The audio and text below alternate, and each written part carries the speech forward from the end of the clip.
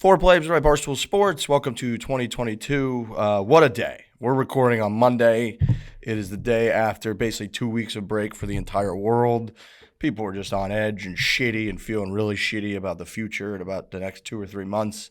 And that's kind of how we're starting the show and our pre-chatter. And it's just energy's low. Nobody wants to be on this end of what the last 2 or 3 weeks are supposed to be and what the next 2 or 3 months is supposed to be. And here we are, and we're fucking doing it. We do have a lot of exciting things to talk about, but there's no getting around the fact that this is just the period in time in relation to the rest of the year that we're in right now. A lot of hype for the holidays, and they're just gone. And a lot of hype for a lot of things, and all that stuff is gone. And what's ahead is doom and gloom and winter and cold, and things are frozen and dead. And that's pretty much where we're at. So good to see you, boys.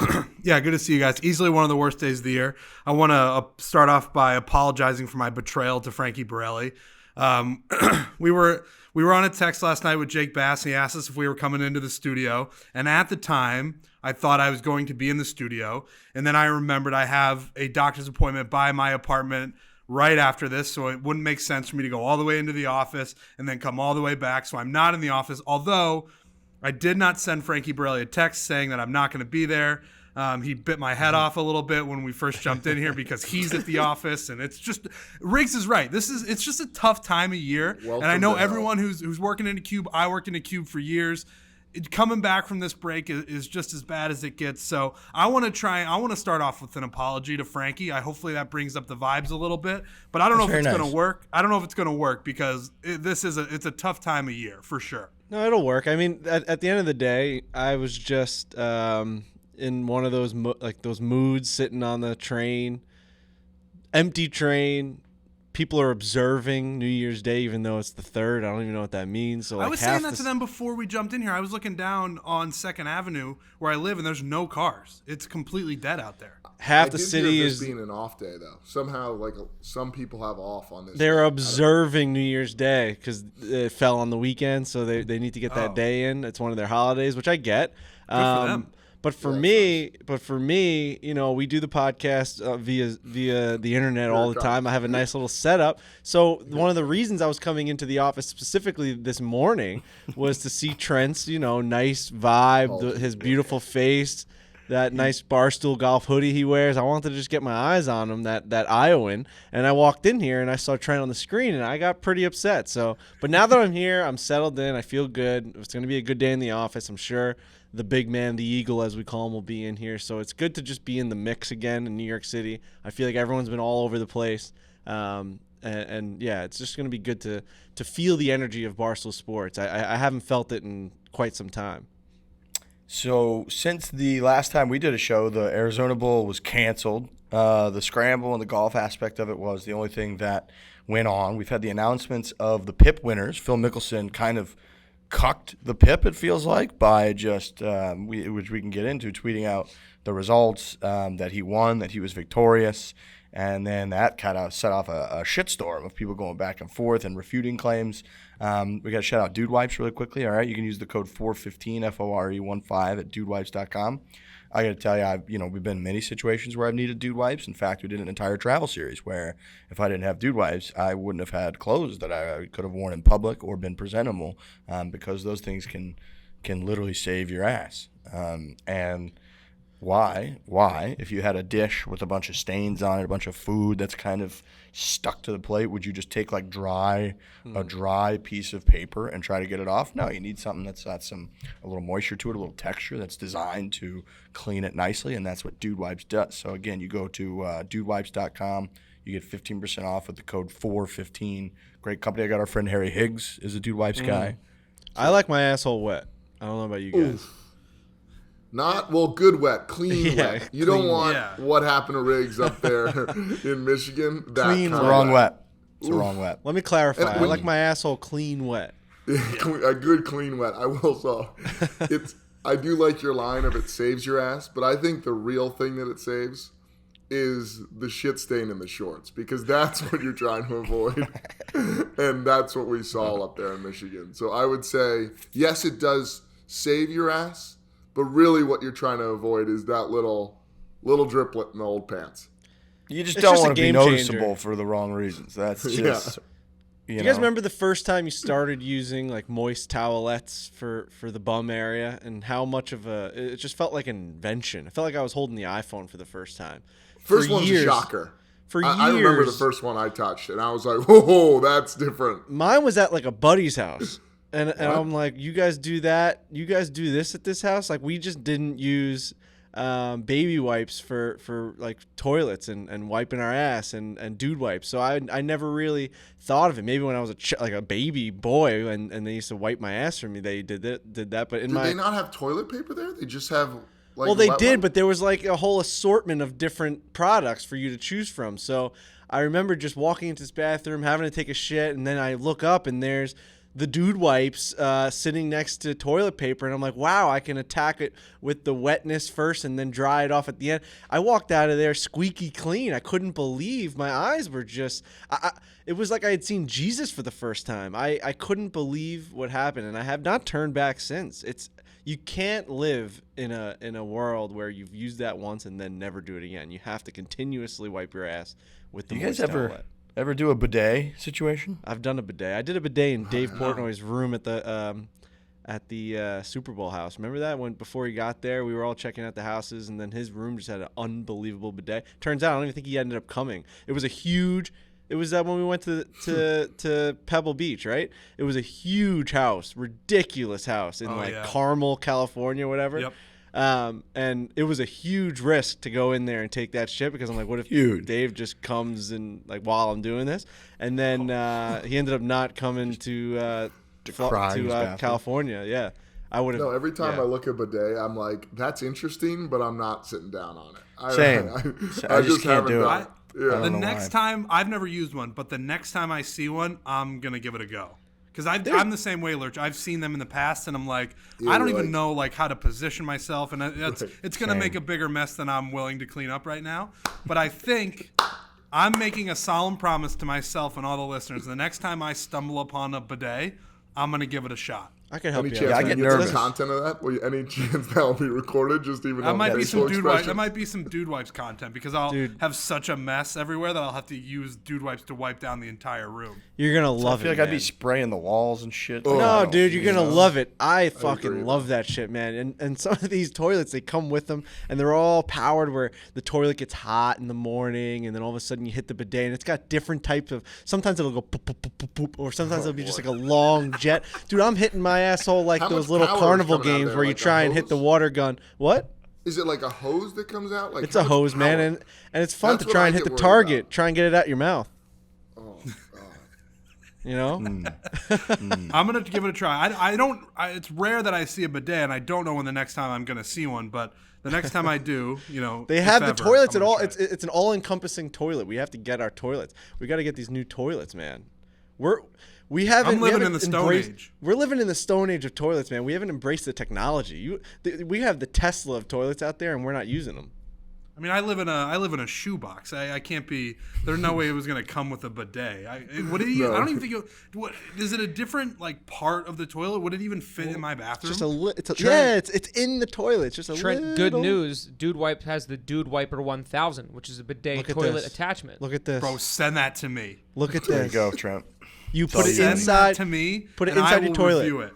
The water, instead of going into the toilet, goes into your ass. Love it. Nice.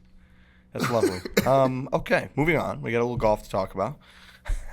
Happy New Year. Great, nice there. Just like a real high pitch, nice. Oh, that's great. That's great. That's lovely. Happy New Year's, right?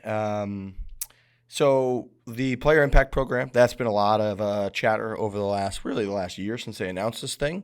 And it's sort of, the PGA Tour's way to combat the new league and making sure that their top stars don't go somewhere else. They're upping the PIP to $50 million next year. But anyways, Phil Mickelson tweeted out last week, several days before the end of the year, and thus Tiger Woods' 46th birthday, which is on December 30th, when he would get a lot of social media love. He just tweeted out, I'd like to thank all the crazies and real supporters, too, for helping me win the PIP to get the second half of the money I have to add to an event I haven't played in a while, which he's playing Kapalua. P.S. I'll try and find another hot, controversial topic soon, because he got into kind of schools and kids and COVID right before he won the PIP. Now, Eamon Lynch, our guy, who we love very much, very funny little fucker, he tweeted out a little earlier. He said that he asked about Phil Mickelson claiming he won the $8 million PIP bonus. The tour says the PIP runs until the end of the year, and there's a weeks-long lag in reporting metrics, which means Tiger and the PNC impact could be outstanding still. Then an independent firm must verify. Mickelson might win, but he hasn't yet, which got me thinking that it would be a diabolical move by Phil Mickelson to chum up a bunch of chatter about him winning the PIP, which would then factor into him potentially winning the PIP, even if he had not won the PIP yet. I agree with that. And I have a question. Is the PJ Tour going to put out the winning list, or have they put that list out? Because I remember at the beginning of all this, they had said that they were maybe not going to release the rankings, which is the stupidest thing in the world. So I was wondering if they changed their minds on that and if they've put out a list yet. I have not seen an official list. I've just seen the sources, the usual suspects who get this kind of information, just been tweeting out, I can confirm. I think Danny Rappaport was out there. He was tweeting. He could confirm that Phil Mickelson did win it, that Tiger Woods finished second. I saw our buddy Colin Morikawa was the bubble boy, I think. He finished 11th. And I think top 10 were people that got paid out for it. So I saw him kind of tweeting about that. So, yeah, they're kind of leaking it, I guess. But I don't – maybe the players are leaking it themselves. I don't really – it's weird. The whole thing's fucking weird. First, I agree with what you said about that's a great way for Phil Mickelson to manipulate it right at the finish line. If he thinks he's a few points behind Tiger or whoever for first place, this is a great way to drum up a bunch of clicks and interests and all that to hopefully take him across the finish line. And second, if they're not planning to put out a list, hopefully this forces the PGA Tour to, in the future, put out a list so guys can't manipulate it right at the end. I don't know if that's what's going to happen, but if all that stuff about, there's a week lag time and an independent source has to confirm all this stuff like that, I don't care. I don't want to hear about any of that. I just want the PGA Tour to have a parade and a ceremony where these guys are walking out to walkout music and fireworks are exploding. The fact that this is still sort of behind the scenes and they're not quite telling us what's going on shows me that they don't get it. And lastly, I love Phil Mickelson and I think he's great for the game and obviously drums up a ton of interest. If Tiger Woods doesn't win this thing, then the system's off. The system's broken. The metric system of how they measure this is clearly broken because although Tiger didn't do a ton last year, everything that he did drummed up a ton of interest. Again, I don't know if they kept that negative clause in there where him flying off the side of a cliff doesn't get factored into this stuff, although we think that it should. If Tiger Woods doesn't win this, they have to reconfigure the machine. No? Yeah, it's an indictment on the system if Tiger Woods doesn't win it. It's just the common sense test, the eyeball test. Hey, who's the most influential player on social and in the world of golf? Bang, Tiger Woods. Next question. So you're right. Him not winning, I don't care if he doesn't play a tournament for the rest of his life. He should win the PIP every year that he's still alive. So I do think that immediately makes the entire system. It needs some tweaking. It's like when they fix the East Lake tournament every year because they were like, it's just not quite right. It's not quite right. You're going to have to tweak the system because clearly whatever they did this year, not quite right where Tiger Woods doesn't win it. And so, Riggs, I saw the same list as you, or same rumors as you in terms of Morikawa out. The other one that shocked me, Homa's not on the list, I guess. He didn't make the top 10, which really shocked me with all the kind of traffic and social that he does. I understand it's not grand scale like the big names of golf, but I still think that he's doing enough that I would have thought he would have been on the top 10, which kind of shocked me. He had 2 wins too. Yeah.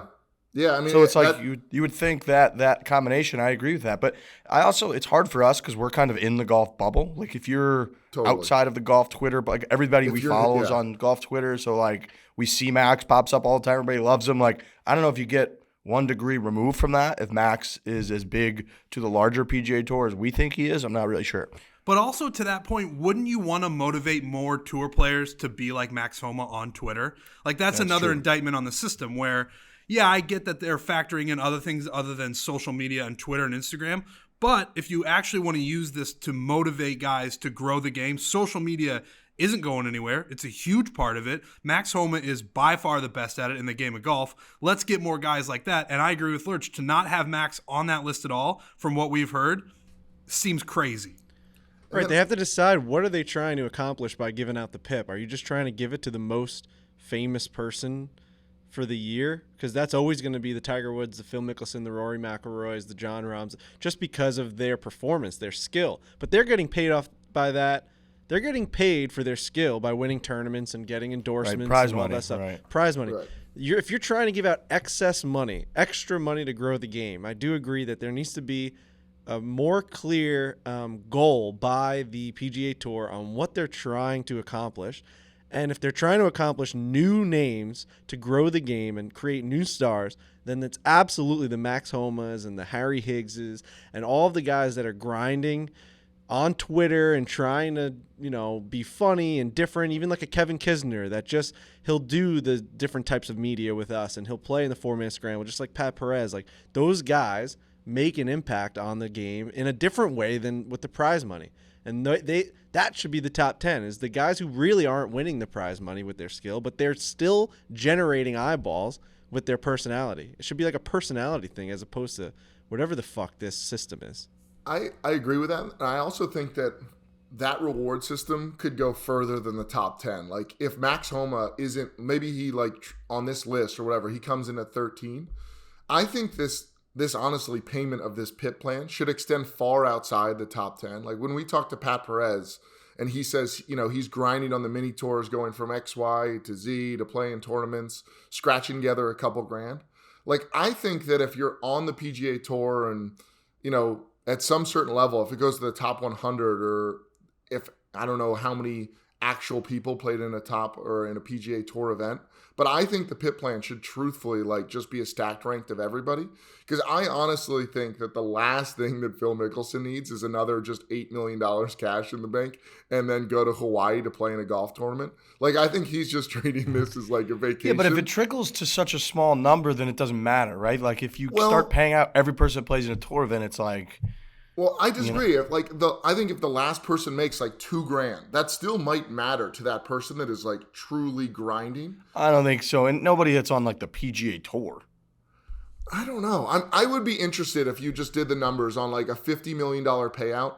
If you reduce Phil's to $5 million and then work down from there for the guys that are in the top 10, what excess money would be left over to pay down? Or, Riggs, maybe not. Maybe it's the top 30 or 50, because in that vein, then you would be rewarding the Max Homas or that level of social media effort and saying those guys are competing against them. And so then you're getting outside of that megastar threshold that truly is the top 10, and that's just going to be the revolving door. Because if this I think you're right. I think that the goal should be the Max Homa and Kevin Kisner should get paid out in this thing. Now, I don't know how I don't know exactly the formula. They should get paid out to a point where it also matters to them. Now, I guess the whole goal with the thing, right, clearly is to try to make the tour have a bigger Q rating, have the entire tour as a whole have more of just an impact, a digital impact, a social impact, a conversational impact in the world of sports and beyond. And I don't know, from a pure integrity and the best thing for all people that are trying to make it in the game aspect, I absolutely would support. Give everybody millions of dollars. That's grinding. But if you're the tour and trying to really focus on driving that business and improving your business in the elements that bring in the big sponsors, and this is something that JT tweeted out, then you really do need to reward the big 10, 15, 20 people. And I think that a part of that is that the tour is afraid. I think they're a little bit afraid that these guys are exploring other options, whether it's the match or whether it's going over to a Saudi-backed league. I saw a handful more guys are playing in the Saudi International, and the tour had to come out and say, well, then you have to play the Pebble tournament if you're going to do that. So they're a little bit scared, I think, too, which is a weird kind of motivator and element to this whole thing, that they're not, no offense to these other guys, but the guys that are really grinding in the 100 to 200 spot in the world, they're not afraid of those guys leaving, but they are a little bit afraid of a Phil Mickelson or certain folks jumping ship and getting paid $100 million. And what JT said, he responded to somebody who wrote that the PIP is just awful. And he said, earning money for being the reason our TV deals, purses, and recognition of the game and growth of the game, etc., has happened. So as much as the rich get richer thing applies to this to some, none of us would be in the position we are without the people making golf what it is now, which is true, which is like the Arnold Palmers and the Tiger Woodses and the guys that came around that, yeah, we're really good at golf, but there's plenty of guys. Look at a Dustin Johnson or a John Rahm. Those guys are really, really good at golf, but they don't move the needle anywhere close to a Tiger or what Arnold Palmer was, or even what Rory McIlroy is, even though he might be ranked 10th when these guys are playing better than he is. Those are just bigger names. They're more impactful names. They drive ticket sales. When those motherfuckers are in the field, people show up, people turn on the TV, and that is, at the end of the day, it's a capitalist society. That's what matters, and that's largely what's going to drive them. And so the tour is a little bit, as crazy as it sounds, like they're in a little bit of a weird spot where they are going to get accused of like the rich get richer. I mean, they're just paying out Phil Mickelson, who's got $500 million, $8 million more, and everyone's like, well, I mean, like, how many yachts can you water ski behind? Like the whole thing. So it's, and I get that. And Pat Perez is like, like I basically bow to Tiger because of what he did. I guess what I'm trying to find is like, how much deeper do you have to go so that like the next Max Homa feels like he has a chance? Because if Max Homa has proved out this model and like, yes, we are very much dialed in. And if you were just to remove him on Twitter or social, you just wouldn't see that. Like that content is not just something you wouldn't see. So, but how do we get that next Max Homa to promote it to feel like he's got a chance to be inside the top 30, top 50 of the PIP, to at least get a 50K check, a 75, a 100K check that might move the needle a little bit for him. And then from there, all the tournaments that the PGA Tour and like the obvious knock is just the John Deere. If you can't get somebody in the top 50, how do you get some interesting people there that have promoted their brand enough that somebody wants to go see them for whatever reason? And so I guess that's what I'm more getting to is if we have a $50 million allotment in the PIP plan next year, we've just added 10 million. Should that all go to the top 10, or can we, create a top 20 or 25 to pay those people out? And that's what I'm kind of getting at or more interested in. And maybe for the final, you got to pay the top. Maybe for the final 2 million or something, they should do one of those Twitter like March Madness brackets like they do for baseball Twitter, where like Jared Carabas always wins against like John Boy, and they should say who's your favorite. Like PGA Tour puts it out. Who is your favorite golf Twitter personality? And we all vote. It's like the shot of the year that we were voting on for Kevin Kisner for his foundation. Exactly. Remember that? You won that. $750K, kids. Don't forget that. You want to talk about creating an impact on social media? That would go crazy of like people with campaigns and like showing off all the stuff that they did. And Max Homa would be like retweeting all his funny tweets or all of his videos that he did with golf brands on YouTube, and Pat Perez would be like, look, I played these 4Play guys or whatever. And they'd be like pushing to show their impact for the year. That to me, I would love to do that in a good direction of like a most improved player too. Sorry, just quick point, like on Frankie's idea, I love that idea or like, another check on most improved or most like growth in terms of what that percentage is, because I think there is something there.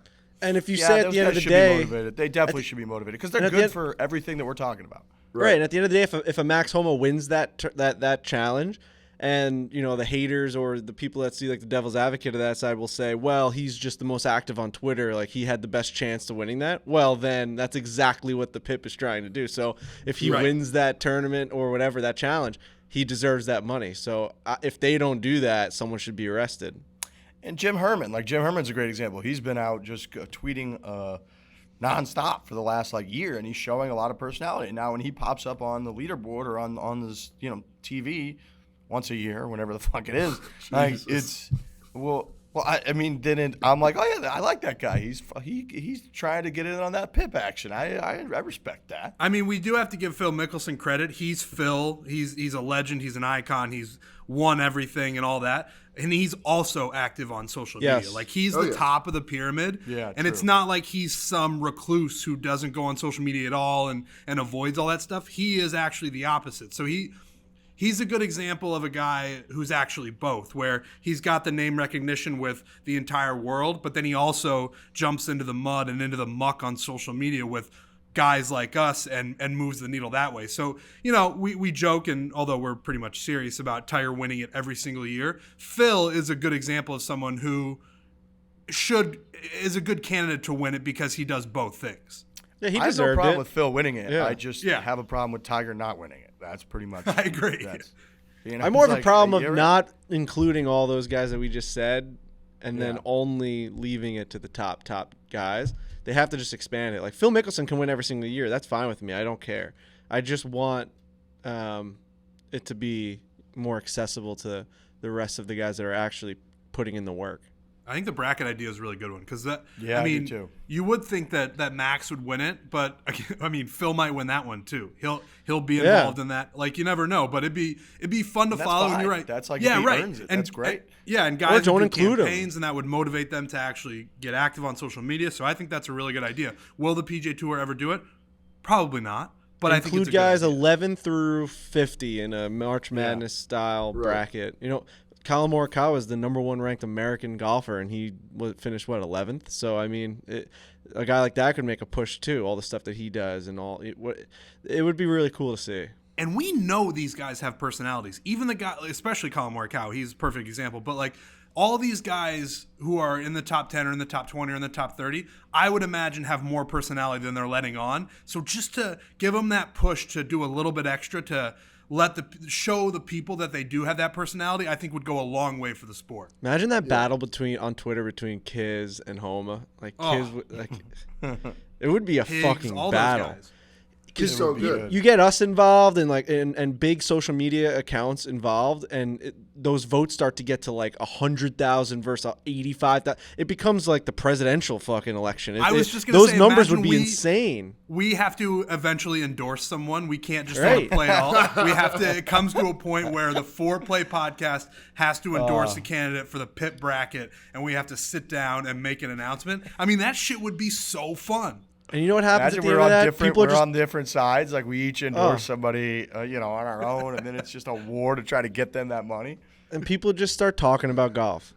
Yeah. You know, Which is that's the end game. There is that for a week or so, there's just a ton of chatter about the PGA Tour and its players on Twitter. Ton of chatter. And look at like what Max Homa's done for himself. Like he's like, pardon my takes, golf guy now too, because he's just been himself. Like people have him on because he's awesome on Twitter, and that's like exposed everyone to this great personality. And you're right. There's every guy that we meet, we're always like, oh wow, that guy's way cool. Or, he's really cool. He's funny. He's this. He's that. The man of Streel, for fuck's sakes, was like great. We were chit chatting with him, but like you just don't get to see it. So you're right, Frankie. You're right. It would just spark people talking about golf, and answering questions. And when you answer questions, Wealthfront will help you build a diversified portfolio, boys and girls, Few.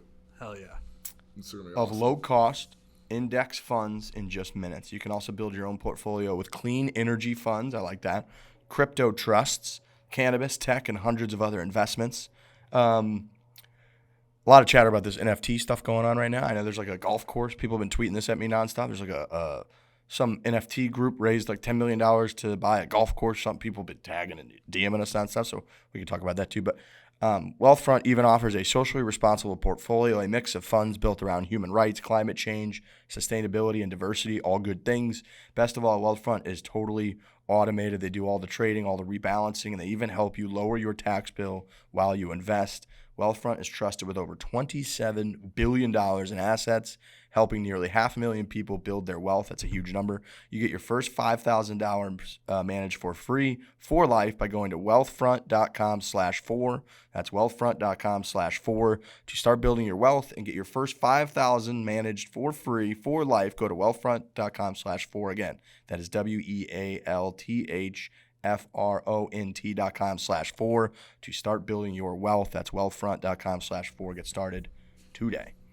Wealth What's is this great. golf- Big fan. Go What's save this a little money. What's this NFT golf course? I've been getting Dude, tagged so- in this too, Same. and I want to state clearly that I know nothing about NFTs or any of that stuff. So I'm not critiquing the idea. It actually sounds like a cool idea. I just don't know what's happening. What does NFT That's it. stand for, Trent?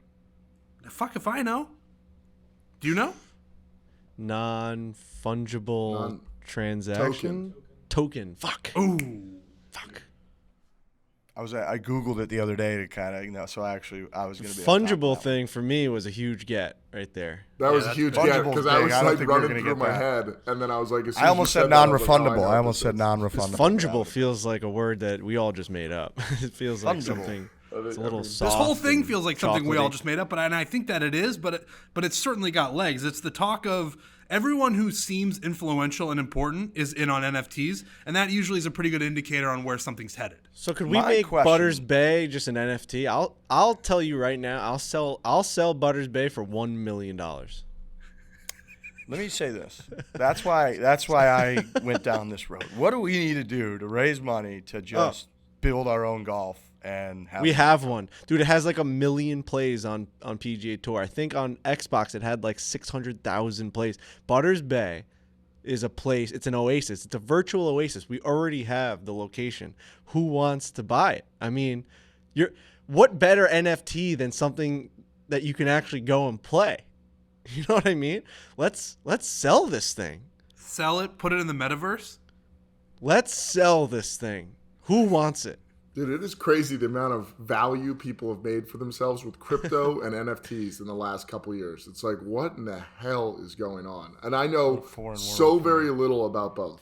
Can we make our own? Like, we should just NFT our, like Trent getting asked, where is he stationed, right? Like that moment should be NFT. Why are we not in this space? I know an NFT is just a digital thing that's just there's only finite of it, and only so many people can just have it. We place value on it. We say this is the only one that is going to be out there. We are acknowledging that this specific NFT has value, and then someone else places the value on it by purchasing it. And now once they purchase it, the value then goes up.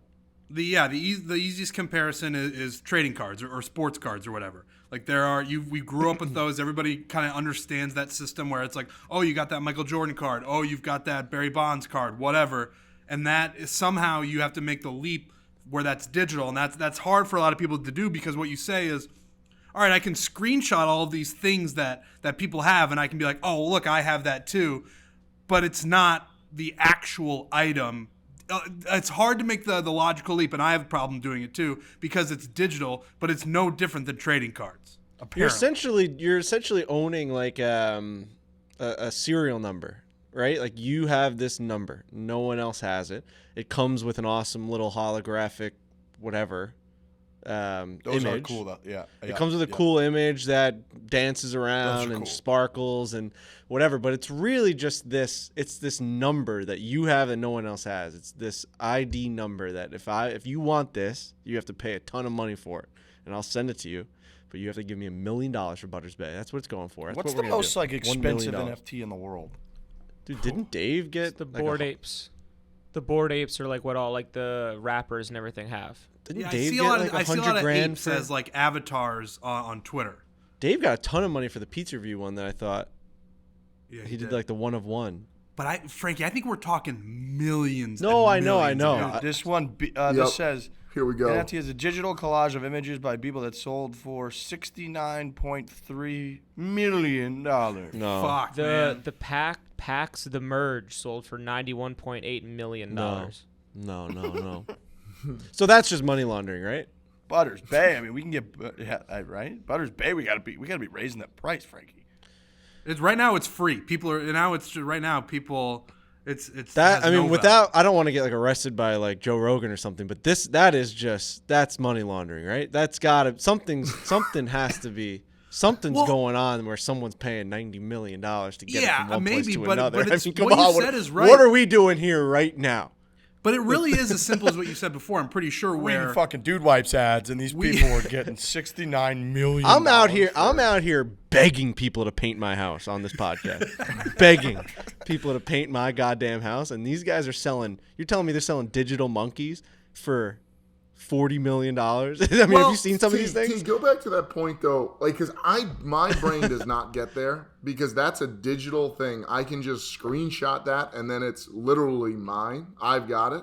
So Yeah, that's but where I'm your like, money's also digitally on your phone. Like the digital Right, but aspect like- doesn't break my brain. It doesn't. But the digital aspect, the money on your phone, it's like, yeah, you can screenshot my bank account, but it's not like you can take that money out and use it to buy anything. Yeah, so, but you can't take that NFT out of your account until you send it to someone. It is your money. It's the same thing. It's like just because I can screenshot that picture does not mean that the thing that I own doesn't have value. Think about That's it right. this Like way. the value isn't in Okay. the picture. Actually, Okay. the value isn't in the picture. It's in the like- serial number. all right. Right. I think I'm getting somewhere. My brain's getting somewhere. Get it? Yeah, a little bit. Right. All right. So think about, again, I can't believe I'm like running point on this. No, This is you're our fucking finance ridiculous. guy. Come on, Okay, Tim. a quarterback, NFT All right. quarterback, Trent. So So Right. think about a trading card again. Think about the most expensive Michael Jordan card in the world. Honus I don't know Wagner. what that's worth, but Honus it's Wagner. worth a lot of money. And you could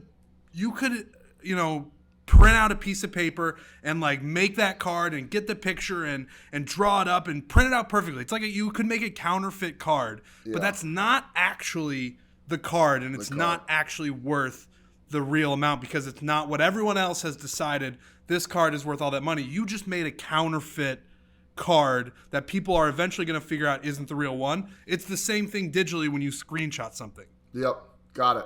Interesting. Well Yeah. done, Professor T. Yeah, Well good done. work. Gee, that was nice. That was very clear. All right. All right. Whoa, nice. Little jinx there. We got much more to get to. Lurch, So you have great head of hair, man. Head of hair? Yeah, you have good hair. Like that kind of Thank hair you. where you can just mess I'll it say now up. you got the surfer hair going on too. Yeah, a little that's bit. good Well, hair. my flight got delayed, and then I didn't get into like 2 last night. I'm on the West Coast, so it's an early morning, so I just kind of woke up at a random time. If you want to talk about flight delays out of me and Frankie out of Phoenix, what a trip that was. I don't Can we want to talk talk about to you. your food consumption thing too? Yeah, we can talk about We that. can talk about it, but before T goes on any sort of flight delay or whatever, I'll know for the rest of my days there's a little piece of me that hates the both of you because talked when about we were this. coming back from Australia Yeah. and there was the 3 of us in a whirlwind of who's going to get on the flight, who's going to get where. I forget all the details, but I know the fact that you 2 got on the flight and I didn't get home for another 8 hours or something like that. And my bag simply never made it. And we're in the middle of nowhere, Houston, Texas, where I guess United goes to let all their bags die for maybe 3 or 6 months after. So Dude. before you No, your 2 bags say, made it. oh, I missed the bags flight made and it. I was an hour behind, remember the day from hell that I had coming back from Australia, which is already 30 hours of travel, and you schmucks just posy on. And I was like, because you guys we were standing in a group, but I think you were the first 2 in our little like group as we like went to the next section. And they basically just drew a line and were like, this guy's not making the cut. And I'm dead. Couple things happened with the Australia trip. We talked about this with our nightmare of travel coming home from Arizona, but we all came from the other side of the world, which was just the furthest place ever of Australia, and you bought a bunch of duty-free stuff, I remember. So then there was something when we got to California, we missed our connecting flight because whoever sets up the connecting flights coming from Australia just doesn't know what's going on, that you got to go through this ridiculous customs line at LAX where you just physically can't make the connection. It's impossible. They've set it They up give for you you an to fail. hour and it's a 2-hour task. Yeah. Or something I like remember- that. It's We never were in lower. that- It's never we- quicker. So- We were in that line, like waiting to get through. Like once we get through this barrier, we're gonna make our flight. At one point, somebody pointed at a point in the line which we had not passed it and said, "Everyone from here back is not making their connecting flight." And we're like, "How do you know that?" And he's like, "I just know." And he was right, and we fucking missed it. They do that every single day for these 16-hour flights, and then they know that the people are going to be pissed off and angry about their misconnection. So because of that, and because of all the duty-free stuff that Lurch bought, we now missed our flight, had to go through customs, and we had to recheck our bags. And I remember that being a massive problem for Lurch, where he had all of this alcohol and all of these things in his bag that they wouldn't let him like check or carry on. And he had to Right, go dude. buy. I gave it to a security guy. I was like, this is now yours. Didn't you have to go buy another bag? You wanted to go buy another luggage bag. So Yes. as all that was happening, Trent and I just slowly walked away, and then we made our connecting flight where we were just like, see you later. They've given us 2 seats. Maybe they had 3, but we told them that you weren't coming on. It gets worse now that I remember the story, and Frankie just spoke, because the worst part is when I was mentioning my bags being stuck in Houston for 3 months. No, I saw them. You saw them in Newark. No, I touched them. I grabbed them. So we finally get to Newark. We get our bags. I say, "Oh, there's Lurch's bag. What the fuck do we do with that?" I looked at it, saw the tag, and I just put it back on the conveyor belt, and I just left Newark. I said, "That's not my problem at all. We just traveled for 29 hours. Not my problem." And then they took your bag from Newark and sent it to Houston. They just to some in a holding garage center. that's not tagged, not itemized. They have no That's a idea where fucking stuff nightmare. goes. They just throw it basically in a trash can that lives there. Because I remember you guys were home and I was just getting back and I was like, "Oh, dude, brutal, just landing." Now they don't even have my bags. And Frankie was like, "Dude, I saw them." And I was like, "If I could jump through this phone right now, I'd kill you. If I could get my hands on you, you would be dead in seconds." All we had to do is take that bag and bring it to like the Delta office and been like, "Hey, this guy's landing in 7 hours. Can you just hold on to this for them?" But instead we easy just left task. it.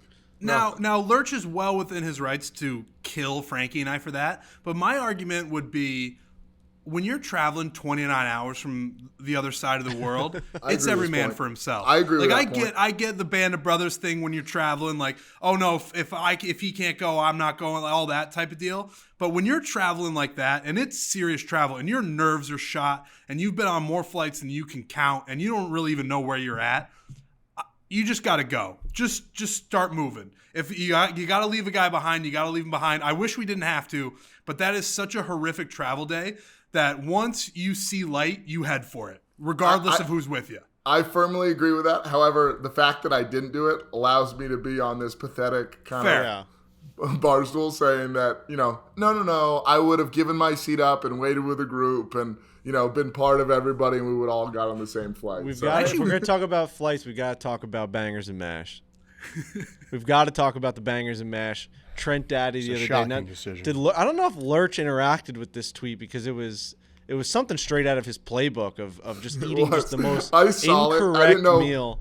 Because I will say, I think I said on this podcast one time, and just a horrific experience. I did that kind of Scotland trip, and then I did a week in Amsterdam for work, and then flew back. And I probably had an experience of what Trent delivered on that plane from what he ate. That's poison. That's messed up for your seatmates who are all in row 22 with you, and before you and after you. It's almost an arrestable offense to put that plate of food in your body. I assume just, an hour or two before you take off. I want to talk selfish and reckless. Trent's not going to disclose all the information, so I feel the need take the for floor, people Frank. to be able to explain to her. It wasn't just the Bangers and Mash. It was everything that led up to the Bangers and Mash that made the Bangers and Mash an even more preposterous order. We're at the golf course. It was a long day out in Tucson. Beautiful, beautiful golf course, La Paloma, for the Barstool Scramble, the Arizona Scramble. We stopped halfway through the round and we got ourselves some nice barbecue pulled pork sandwiches, Trent and I, with some fries and, the whole deal. Maybe a soda pop. I think Trent may have gotten himself a Mountain Dew, maybe 2 from the fountain. I did, yeah. So that was, in our tummies, and we're playing golf and we're doing the whole thing. Then we get to the post-game meal, and we're at the buffet at the Arizona Scramble, La Paloma, and we're walking around, and Trent Daddy spots some more pulled pork brisket. So now this is at the buffet. So now this is his second dose of pulled pork brisket. I will say the most preposterous thing I've heard so far is you had 2 Mountain Dews. Yeah. So now we have a second order of pulled pork brisket within the 2 hours of being of the eating, and so that's a lot of meat and just all these sides and mashed potato. Mac and cheese, mac and stuff. cheese, cookies, Coleslaw. right? So which is fine, Trent. This is not me talking down on your consumption of eating. I'm just saying this. I needed to say, because I was right there with you. I was eating everything with you. It's the combination of doing those two things and then showing up to the pre-meal dinner where we go to this place called the Kettle Black, a nice little spot in Phoenix, Arizona, right by, what do they call it, the Footprint? The Footprint where the Suns play. Beautiful little Irish restaurant. The place was bumping. It was really nice to see. We're all, I order a chicken sandwich. A couple people order mussels. We've got like nice light American, Irish bar food. And Trent looks down and he goes, I think I'm going to order the authentic bangers and mashed. And I said, you know what, man? I don't know what that is, but go for it. I don't know what it is. We're having a day. We've gotten our flight delayed for 3 hours. It's already been a long day. We're up for 24 hours already. Just fucking do it. When it gets to the table, I look down, and everyone was kind of just not really paying attention to Trent. He was eating fast. He was eating fast. He's trying to hide that. He was trying to hide. You're trying to get a couple bites in before people know dinner starts. Everybody else ordered chicken sandwiches. I ordered fucking bangers and mash. Bro, I have a defense, but you finish, Frankie, and then I got a defense. It was sausages. Yeah, the name's a giveaway. The bangers and mash is not a healthy meal. That thing is covered in syrup and soup. Sausage links with these huge fat sausages on top of mashed potatoes with gravy on them, and then that all sat on a bed of brown beans, just baked beans, just like the most watery, gravy-ish beans you've ever laid your eyes on, and then like these grilled cooked onions just all mixed in. I looked at him, I said, are you fucking crazy, dude? We have a 6-hour flight experience coming up. What are you going to do when those beans hit that fucking stomach? What are you going to do when the beans come for you, man? All right, I got a few things I want to say. Question, did you have an aisle seat going in? Did you know you had an aisle seat, or where were you sitting? We had no clue. No, I didn't know where I was sitting at that point. God, so a few things. One, when the plate hit the table, I knew that it was going to become a topic of conversation. So I almost tried to eat it fast and cover what was going on. Because like I said, everybody else was eating chicken sandwiches. Like it was a pretty normal bar food atmosphere where I could have gotten anything other than this. And I'd never had bangers and mash before. So I really didn't know what I was in for. It just sounded different and good. And I actually was pretty good. But as soon as it hit the table, I was like, something's going to, Frankie's sitting right next to me.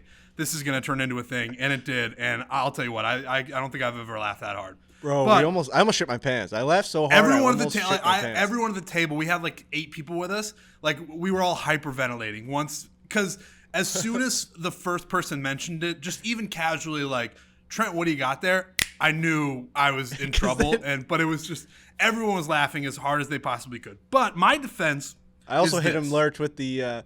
I said, hell in a handbasket. That's going to be absolute sewage, and the place lost it. I put my face in a napkin and I cried tears of laughter. Oh, here's my defense. Okay. So at this point in the night, we are facing a delay of our flight that is already a red eye. This flight was supposed to take off at midnight. It has now been a bubble in my throat. It has now been pushed back to 1:37 a.m. So there's a bit of a buffer, and this is already happening like hours before the flight. So we're in our heads, we're thinking, yeah, it's 1:37 now, but this puppy's going to keep getting delayed and keep getting delayed. I mean, everybody sees what's going on all over the country right now. Travel is just a nightmare. Things are getting canceled all over the place. Weather, staffing, COVID, all that stuff.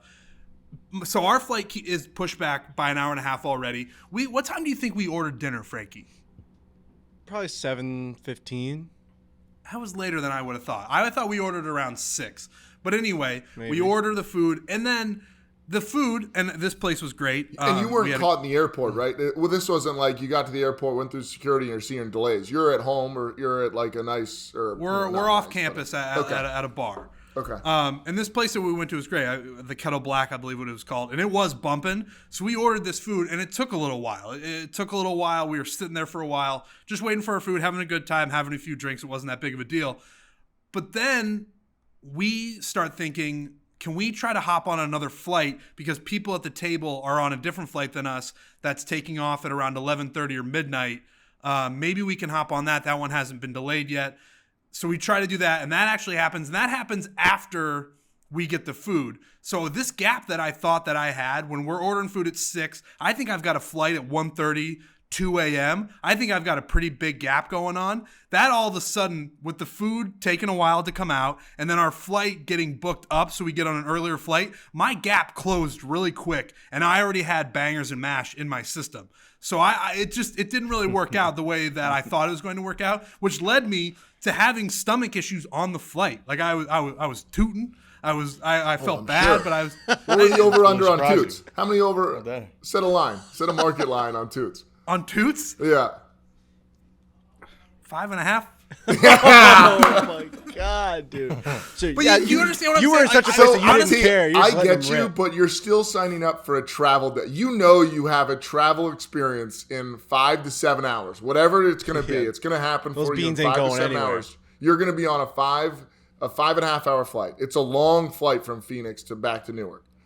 So I'm going to say I still don't credit that logic of all because you know you're going into that flight. So you get the bangers and mash after 2 full plates of pulled pork and all the sides, where now you're going to stuff this thing down on a plate of beans. And I know you read the menu. I know you knew what it had inside of it. And if it's got a bed of beans and then you're just going to have meat on top of that, I don't know if I can say, oh, no, Trent, that's fine because you thought you had an extra 2 hours to deal with. You know, sue me for trying to broaden my horizons with food. Everybody else is getting sandwiches and wraps, and it's like, what?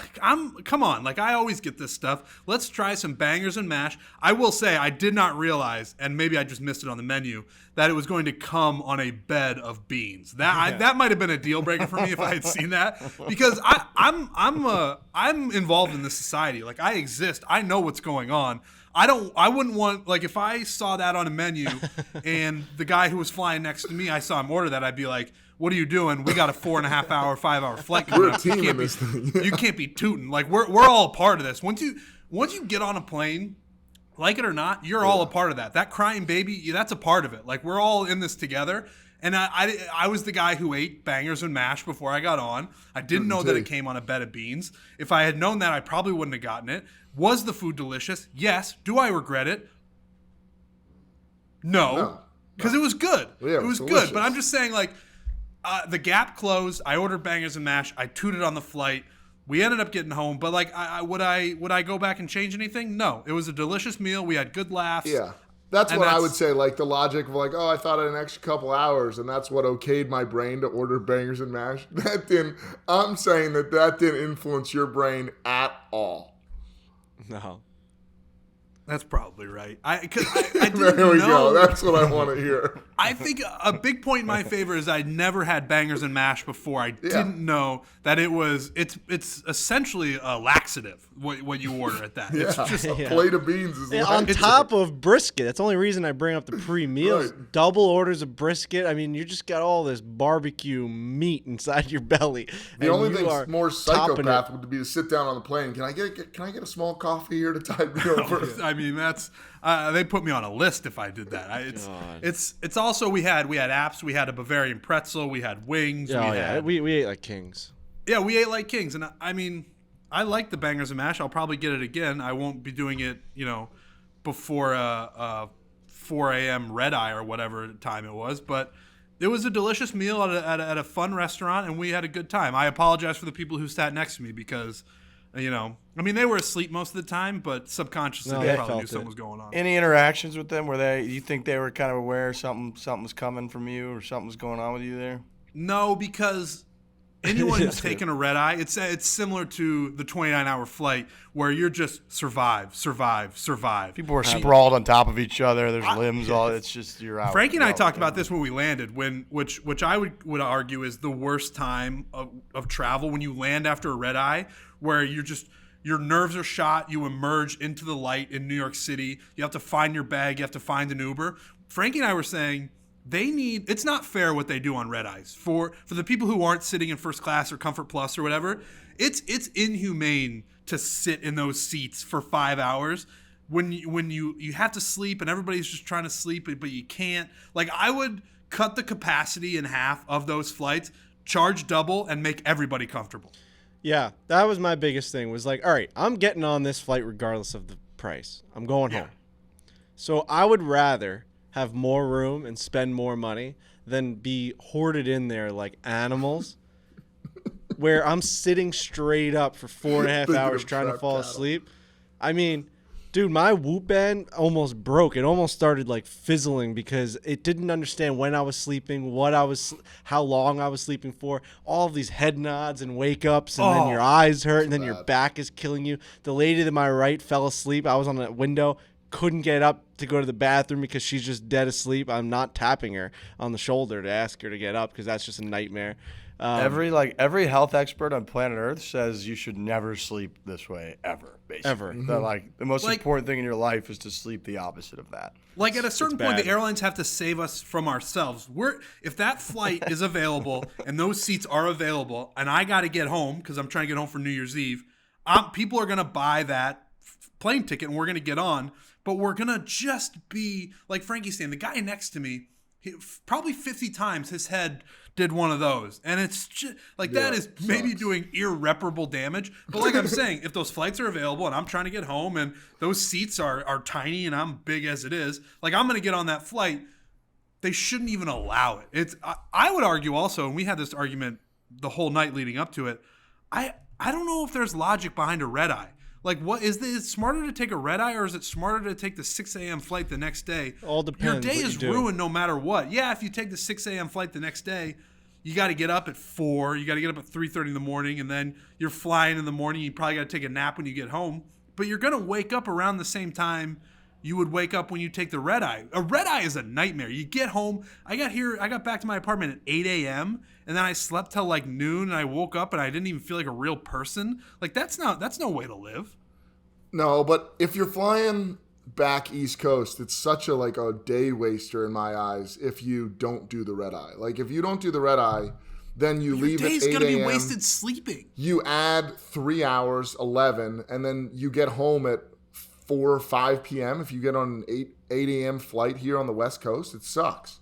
So that's why I'm a huge proponent of just get on the red eye, have a miserable night's sleep, and try to catch up on it the next couple nights. I just think there's something to be said, and I should note that I can't sleep on planes, so Same. I really can't. I can't at do that. it, and so I'm just up on a red eye, which is that's a weird time. But it's like I think there's something to be said for just body clocks, where you take the 6 a.m. flight the next day, but you're going to bed at 9 or 10 p.m. and your body knows what that is, so at least there's some familiarity with it.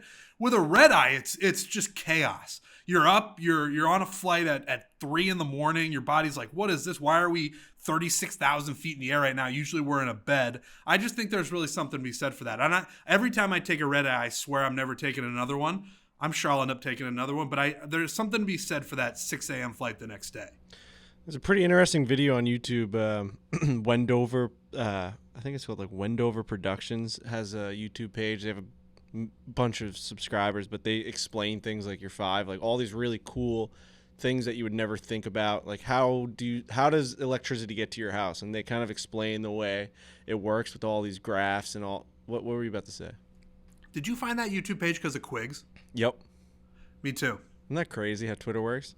So essentially, there was this one video about the economics behind planes, and it's amazing how they just don't make any money off of the economy class, and they stack so many people in the backs of the planes, right? Like from row 14 to row 40 is really all economy, and then you have like business class, first class, all of that stuff where it's completely spread out, maybe a couple of rows here and there.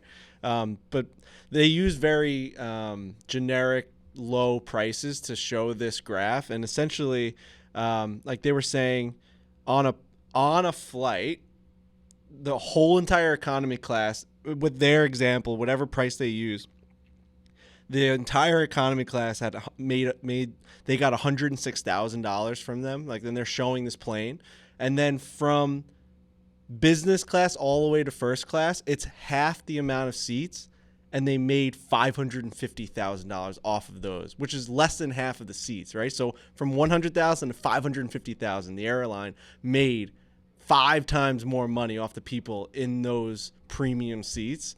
So that's why, like, my argument would be, like, just forget the fucking people. You're already making the money. Have some flights where you just have that business class experience where it's just the whole flight. Yeah, That's I where want to they're check that making their out. money. That's crazy interesting, because to me, like now, I'm sure Riggs with your travel, like I buy economy, but then I just get upgraded to basically first class every time. And so, Frankie, was that a model of that individual flight, or was that on like the lifetime of like a United, like, 1K Premier partner flyer? What they did was they just took the average price from this one airline on this one flight from like London to DC. Okay. And they were saying it was like the premium flight. Like obviously there's ways of getting cheaper flights if you go from London to fucking Boston and then Boston to New York. Like if you connect, or maybe you connected from Russia, whatever. There's all these different ways to get cheaper flights because connectors are always cheaper. But if you're just going to take a baseline price, it was 5 times more money from premium seating up to then economy and back. It was 5 times more money made for the airlines. It is. I will say, I mean, now I'm, whatever. I fly a ton, so I always get upgraded. But when that wasn't the case, they herd you like cattle in the back of those planes. And it is so small. Like, you just don't have any room to move your shoulders or elbows, or who gets control of the dude. I was row 40 armrest. I was row 40 the other day. It's a mess. Dude, I did that. I took a flight last week where I was in I was Southwest, and I didn't check in time, so I was like fucking C6 or whatever. So and it was a real gamble towards the end because you get back there. I'm like, should I take one of these front middle seats, or should I grind to the back of the plane and see if I can get it out or something? Dude, I get the last seat in the last corner of the last row, and I don't know how they get away with regulations of making a seat area this small, but like my left knee, dude, I had like a dent and a scrape in my left knee from just sitting there. I couldn't avoid. I was like in there, I was looking like, hello, like, do you guys see me back here? Like, what the fuck is this? Dude, plane seats they're like the seats at Fenway Park. Like they're made for people who were in the 1910s. Like the American, I don't know if you've noticed, but Americans have gotten larger over the last 110 years or whatever. Couple plates of bangers and mash. Like they didn't make lurches 100 years ago. I do wonder, Riggs, you bring up a good point. I wonder, like, who is the model human body that they're putting in these seats? Like, when they clearly have something, like when they build these planes, they're like, all right, the average American or average person who's going to be on this flight is, 5'9", 160 pounds. That's just not going to work for me and for everybody else. For the maybe most part. Are they using like Rhea from Barstool? Is that right? The problem is Americans we're obese. Oh, yeah, so huge. like we're all going to have this problem as a country because we're just not doing things the correct way. We're not living up to the standards of what the flights are like. The airlines are like, these are what the seats are because these are what normal humans are supposed to be. And if you animals don't fit in them, then you're just gonna have to be uncomfortable while you order like 3 orders of McDonald's pre-flight. Because that is the problem. Because you can anybody like Riggs, you're saying you got like a dented knee or like, and there's no room, or you're trying to find that like little gap in the seat so your knee is literally on like the metal frame of the seat to gain an extra inch. And the problem is that you can sustain that for a 2-hour flight or whatever, and it's miserable, but they can pack like one more person in so they can fit that Riggs in the back row because they've carved an inch out of every other seat that makes it miserable. Yep. And you can literally sustain it for those 2 hours, and you get off, you're like, fuck that. Sorry for the language, but it's a mess. And so they've realized that. It's okay, and it's okay for the language. What the fuck was that?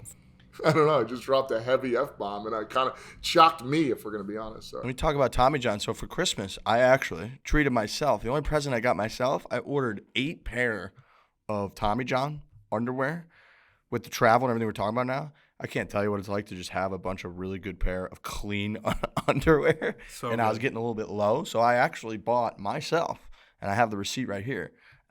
8 pair of Tommy. Now it feels like I'm a king everywhere. I got these like clean, awesome, fresh Tommy John underwear all the time. And they've ever since they came on board, whatever it was, 3 years ago or something, they sent me a couple pair. The only thing I've worn. When you start the year wearing Tommy John, you're that much more comfortable, so you can do everything else better.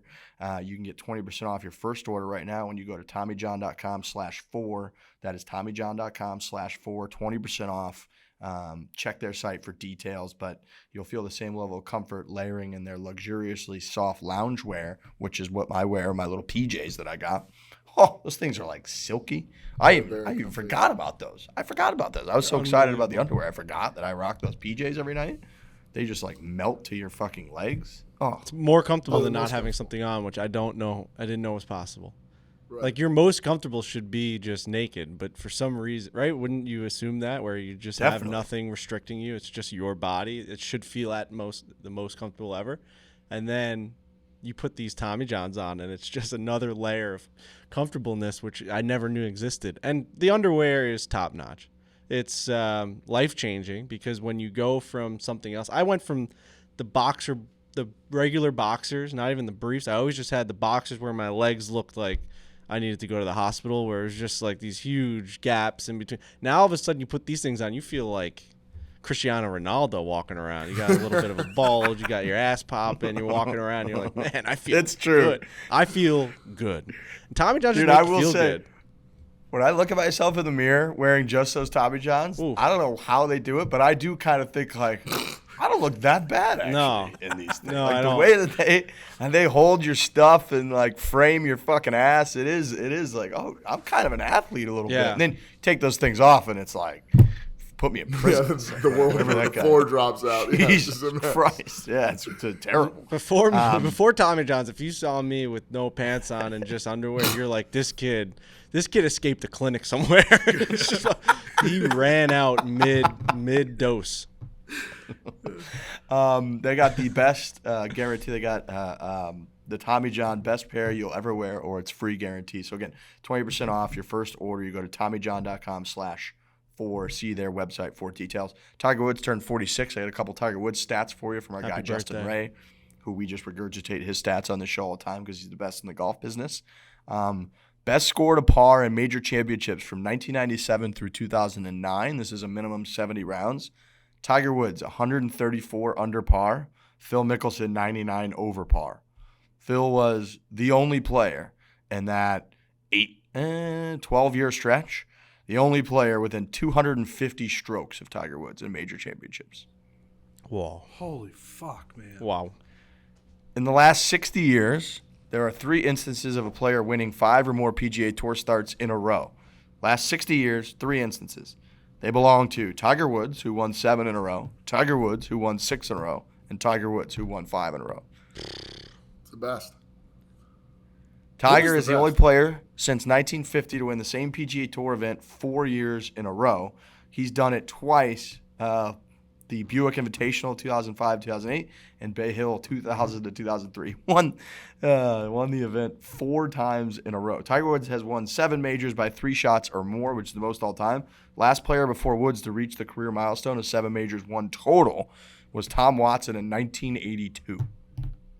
It's I disgusting. wonder how Tiger is going to be perceived in 200 years.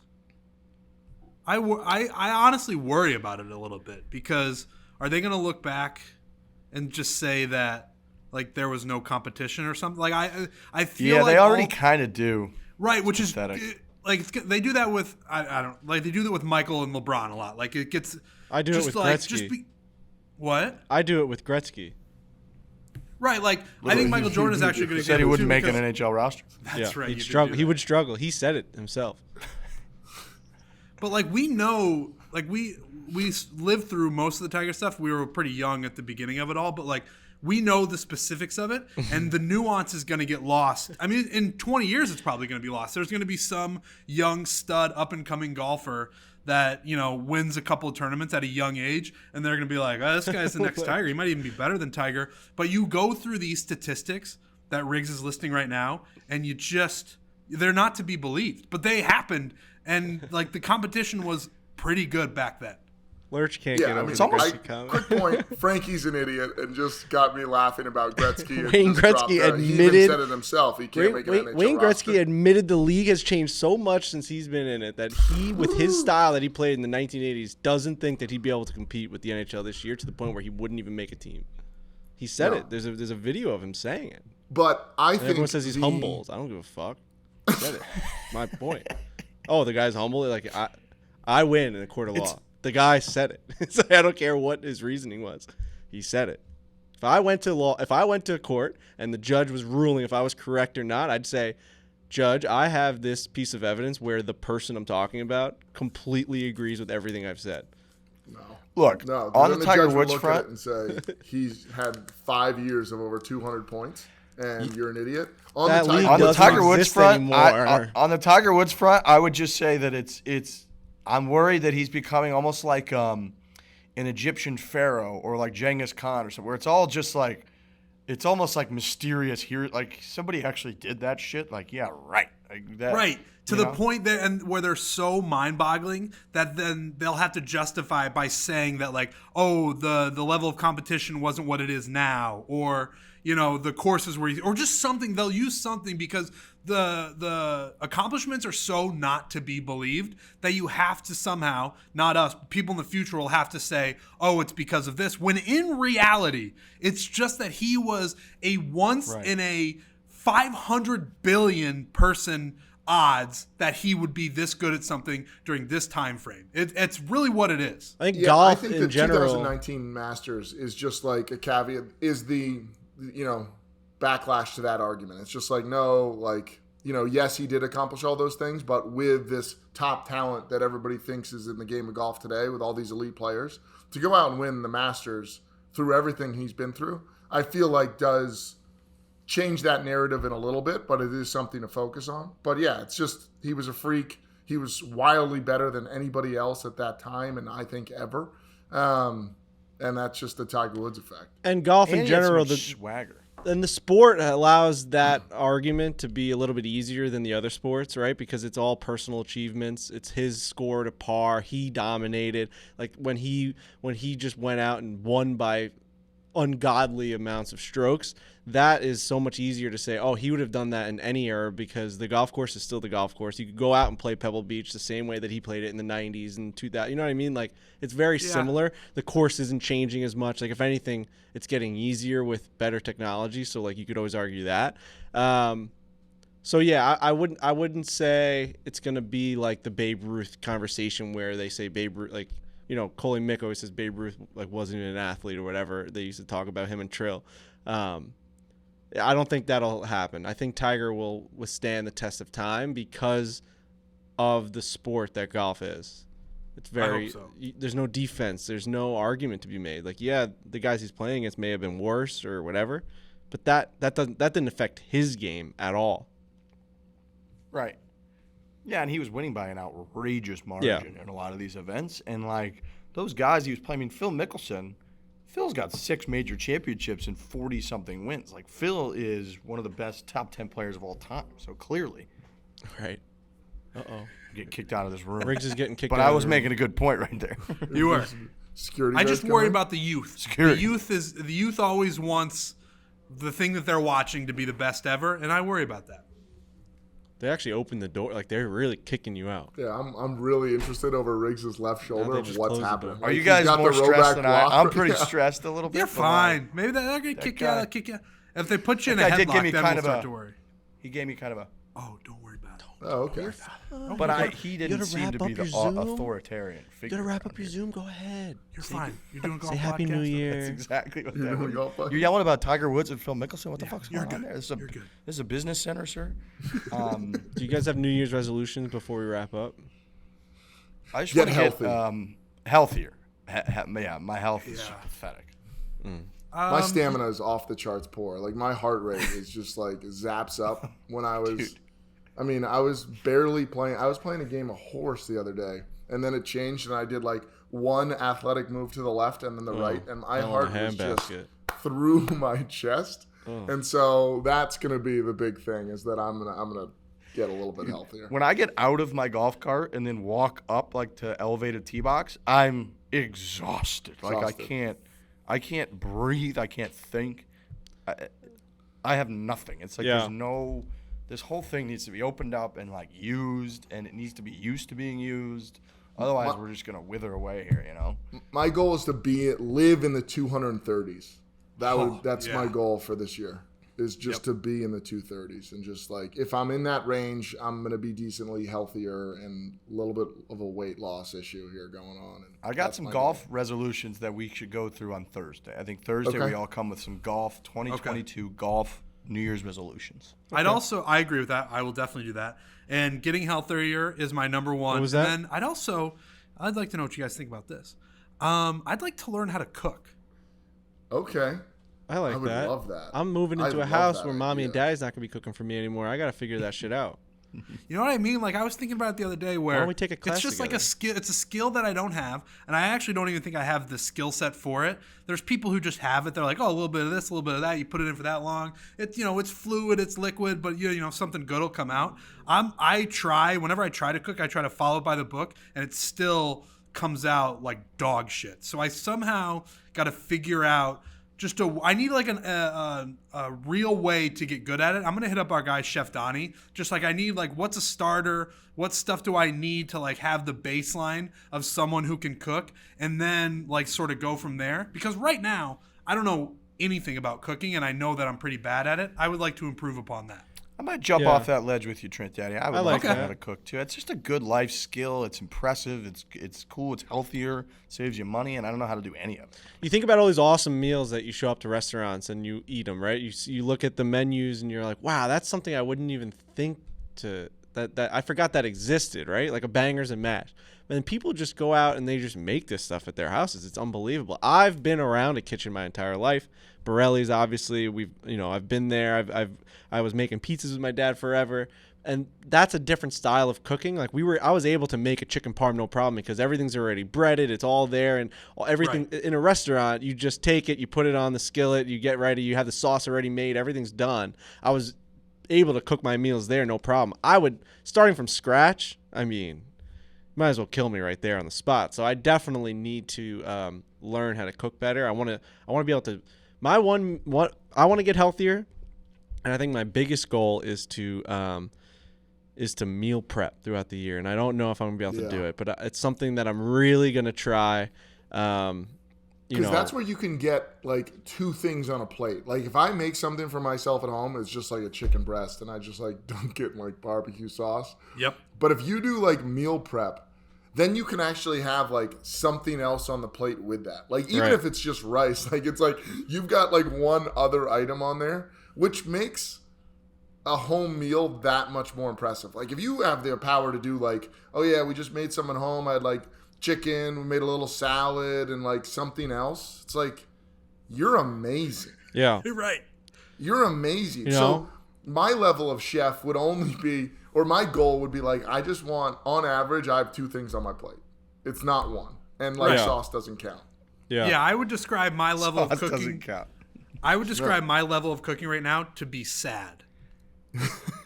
It's sad because I'm what's with you, Mark. What's stopping us from making a nice thing of rice? You throw them in these containers. Meal prep. You get grilled Time and meal chicken. prep. You get broccoli. You throw them in the refrigerator. Each day you grab it. You eat it. It's like a nice healthy lunch. You can get whatever you want for dinner, but at least that one meal that you're usually ordering, the Five Guys and the fucking the cheesy sandwiches from all these places. Man, let's just get one nice base meal. Let's start off with something solid in our day, Let's start off with one thing solid.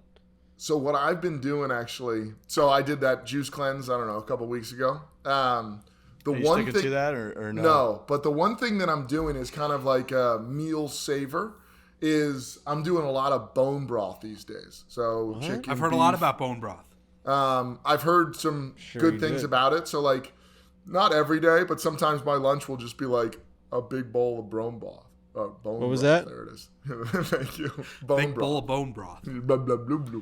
All right, I think that's a Alliteration good. trips up Lurch, I feel. Oh, like, yeah, a little big bit time. occasionally. I think that's a good. I think it's a good resolution for the pod. Let's. The boys need to learn how to cook. Dude, we're gonna be sharing our meals on social media, on the gram, like that Right. shit. That shit And- pops when you take. right, good, that'll be Frankie good for- takes great pictures of food. Like we're does. gonna get some traction going. Frankie and I took took the same fucking picture in Phoenix of the same fucking hole. We were standing right next to each other, and we both put it on Instagram, on our Insta stories. And his, conservatively looked 400 times better than mine. Dude, he deleted his. I did. Well, My Frankie photo knows was how so- to doctor it up. Like he knows Yeah, how to he's good doctor at it up. that. Like He's good at that. I put out maybe the strangest photo of all time of taking a polar plunge, and I edited that myself yesterday, and people were like, "Dude, this is the strangest thing I've ever had." You got to do me a favor too, Lurch, on your Instagram story posts.